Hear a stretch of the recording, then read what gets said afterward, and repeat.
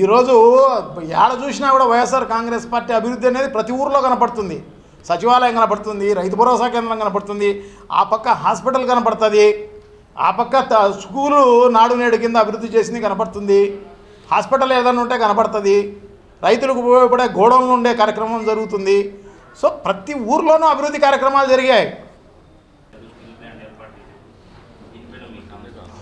ప్రత్యేక హోదా పైన ఇప్పటికీ మాట్లాడేది వైఎస్ఆర్ కాంగ్రెస్ పార్టీకి మాత్రమే. వైఎస్ఆర్ కాంగ్రెస్ మా లీడరు ప్రైమ్ మినిస్టర్ పాల్గొన్న మీటింగ్లో అడిగింది ఆయన అదే. మేము రాష్ట్ర ప్రయోజనాల గురించి ఏదైనా కూడా మీతో మాట్లాడతాం తప్ప మాకేమీ మీ పార్టీతో కానీ మీతో కానీ సంబంధం లేదు. సో మాకు ప్రత్యేక హోదా ఇయ్యలేదు, మాకు చెప్పిన ఉక్కు ఫ్యాక్టరీ రాలేదు, railway zone Vizag railway zone రాలేదు. ఇవన్నీ కూడా ప్రైమ్ మినిస్టర్ ఉన్న మీటింగ్లోనే పబ్లిక్ మీటింగ్లో అడిగిన దమ్ము ధైర్యం కలిగిన నాయకుడు మా జగన్మోహన్ రెడ్డి.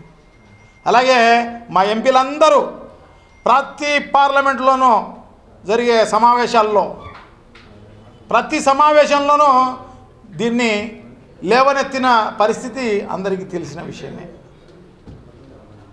సో ఆ రకంగా ఒక ప్రత్యేక హోదా ఏందండి ఆమెకు తెలియదు,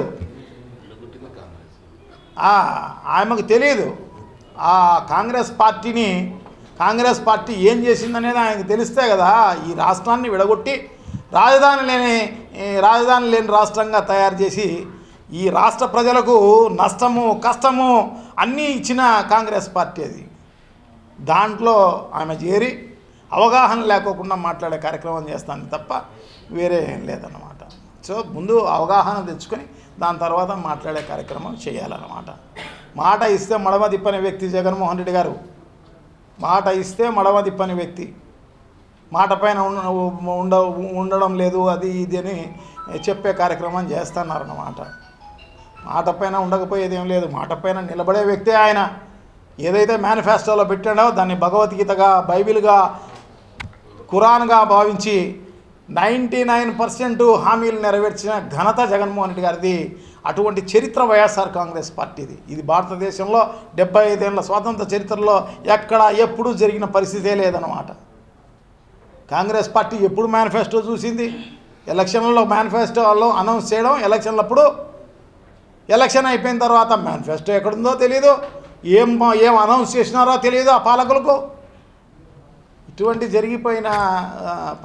అరిగిపోయిన పార్టీ అది.